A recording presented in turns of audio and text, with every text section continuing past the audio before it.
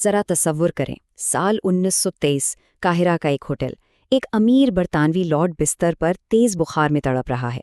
ٹھیک رات کے 1:55 پر وہ اپنی آخری سانس لیتا ہے، اور ٹھیک اسی لمحے پورے قاہرہ شہر کی بجلی ایک دم چلی جاتی ہے، ہر طرف گھپ اندھیرا۔ ہزاروں میل دور انگلینڈ میں اس لارڈ کی پالتو کتیا سوزی اچانک زور سے چیختی ہے اور وہ بھی وہیں دم توڑ دیتی ہے۔ ان واقعات نے دنیا کو ہلا کے رکھ دیا، کیونکہ یہ شخص کوئی عام آدمی نہیں تھا۔ اس نے کچھ ہی مہینے پہلے ایک 3000 سال پرانے مقبرے کو کھولا تھا۔ اور کہا جاتا ہے کہ اس مقبرے کے باہر یہ خوفناک وارننگ لکھی تھی: موت تیز پروں پر سوار ہو کر اس کے پاس آئے گی، جو فرعون کے سکون میں خلل ڈالے گا۔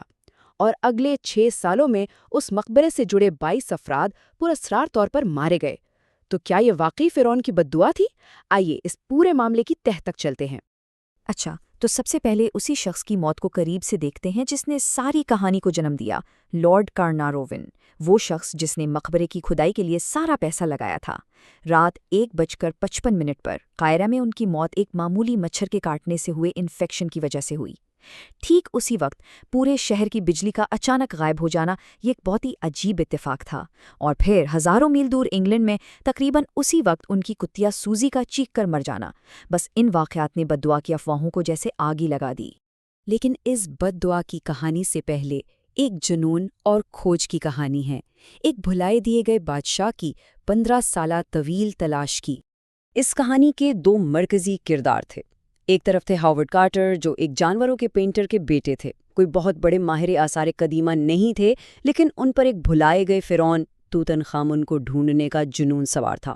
اور دوسری طرف تھے لارڈ کارناوون، ایک امیر آدمی جنہوں نے اس تلاش پر آج کے حساب سے تقریباً 50 ملین پاؤنڈ خرچ کر دیے تھے، اور 15 سال کی ناکامی کے بعد اب وہ ہمت ہارنے والے تھے۔ کارناوون نے کارٹر کو صاف کہہ دیا تھا کہ بھیا آخری سیزن ہے، اگر اس بار کچھ نہ ملا تو فنڈنگ بند۔ اور پھر 4 نومبر 1922 کو قسمت جیسے مہربان ہو گئی۔ کارٹر کی ٹیم کو چٹان میں کٹی ہوئی ایک سیڑھی ملی۔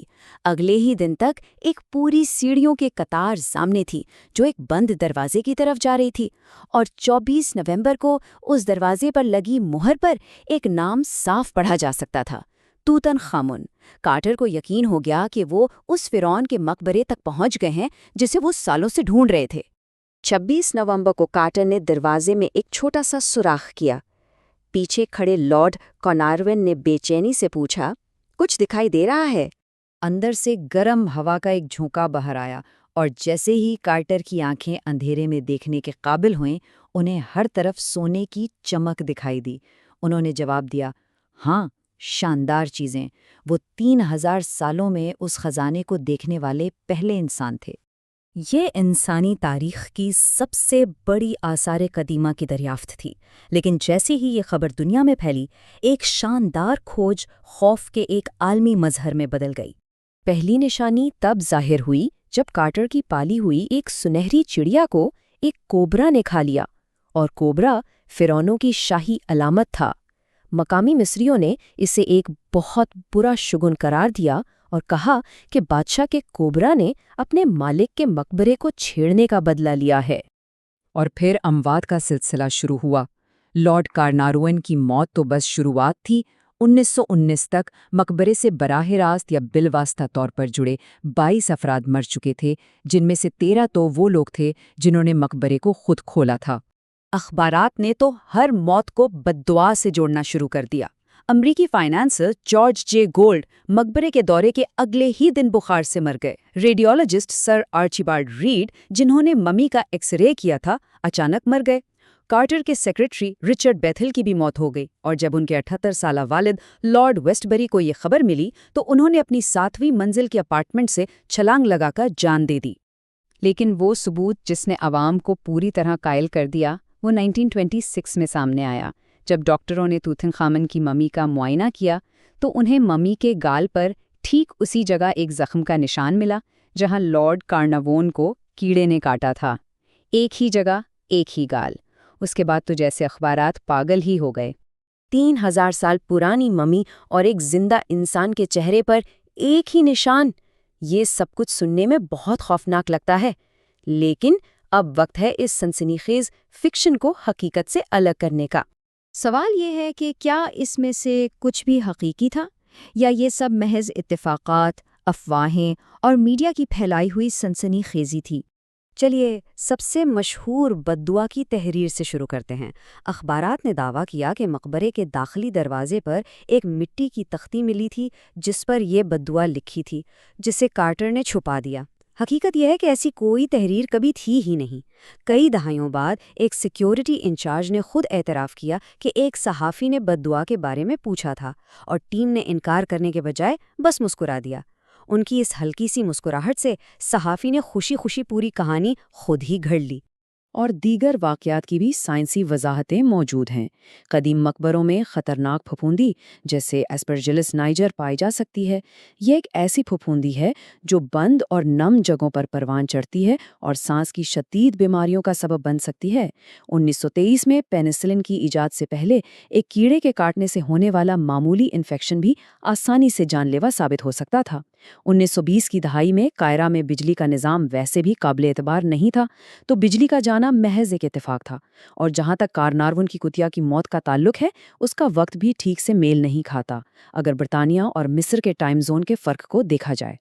بد دعا کی کہانی کو سمجھنے کے لیے ہمیں اس شخص کی اصل کہانی کو سمجھنا ہوگا جو اس کے مرکز میں ہے، توتن خامن، جو ایک انتقامی فرعون نہیں بلکہ ایک کمزور، بیمار لڑکا بادشاہ تھا۔ اصل میں توتن خامن کے والدین سگے بہن بھائی تھے۔ قدیم مصر کے شاہی خاندانوں میں خالص خون کی لکیر کو برقرار رکھنے کے لیے قریبی رشتہ داروں میں شادیاں بہت عام تھیں۔ اس کا نتیجہ یہ نکلا کہ ان کی اولاد میں شدید جنیاتی نقائص اور صحت کے مسائل پیدا ہوئے، اور توتن خامن بھی ان میں سے ایک تھا۔ اس کے پاؤں اتنے ٹیڑھے تھے کہ وہ چھڑی کے بغیر چل نہیں سکتا تھا، اسی لیے اس کے مقبرے سے 130 چھڑیاں ملی ہیں۔ اسے کالر کی بیماری بھی تھی، جو ہڈیوں کی ایک تکلیف دہ بیماری ہے، اور اس کی ممی میں ملیریا کے شواہد بھی ملے۔ ماہرین کا خیال ہے کہ ان تمام بیماریوں کے مجموعے کی وجہ سے وہ صرف 19 سال کی عمر میں انتقال کر گیا۔ وہ اتنا غیر اہم فرعون تھا کہ اس کے بعد آنے والے بادشاہوں نے اس کا نام ریکارڈ سے ہی مٹا دیا تھا۔ اب فرعون کے غضب کے خلاف حتمی اور ناقابل تردید ثبوت پر آتے ہیں، جو اس بد دعا کی ناکامی کو ثابت کرتا ہے۔ اگر بد دعا حقیقی ہوتی تو سب سے پہلے ان لوگوں کو مرنا چاہیے تھا جو مقبرے کے سب سے زیادہ قریب تھے۔ لارڈ کارنارون کی بیٹی لیڈی ایولن، جو مقبرے میں داخل ہونے والی پہلی خواتین میں سے تھیں، 78 سال کی عمر تک زندہ رہیں۔ ڈاکٹر ڈگلس ڈیری، جنہوں نے ممی کی آٹوپسی کی، 87 سال کی عمر میں انتقال کر گئے۔ اور سب سے اہم، ہاورڈ کارٹر، وہ شخص جس نے مقبرے کو دریافت کیا، اسے کھولا اور ممی کو باہر نکالا، وہ اس دریافت کے 16 سال بعد تک زندہ رہے۔ ان کی موت 64 سال کی عمر میں کینسر سے ہوئی۔ جب تک وہ زندہ رہے، لوگ ان سے بد دعا کے بارے میں پوچھتے رہتے، اور ان کا جواب ہمیشہ ایک ہی ہوتا: میں ابھی بھی زندہ ہوں۔ لیکن اصل ستم ظریفی کچھ اور ہے۔ قدیم مصریوں کا ماننا تھا کہ انسان کی اصل موت تب ہوتی ہے جب اس کا نام بھلا دیا جائے۔ اس لحاظ سے فرعون کی بد دعا کے اسی افسانے نے، جو سب کو ڈراتا رہا، ایک گمنام بادشاہ کا نام ہمیشہ کے لیے امر کر دیا اور اسے وہ لاپانی زندگی عطا کی جس کی تمنا ہر فرعون کرتا تھا۔ تو آخر میں یہ سوال ضرور پیدا ہوتا ہے، ہو سکتا ہے کہ بد دعا ایک افسانہ ہو، لیکن توتن خامن کا نام ہمیشہ کے لیے مشہور کر کے کیا اس نے آخرکار اپنا مقصد پورا نہیں کر لیا؟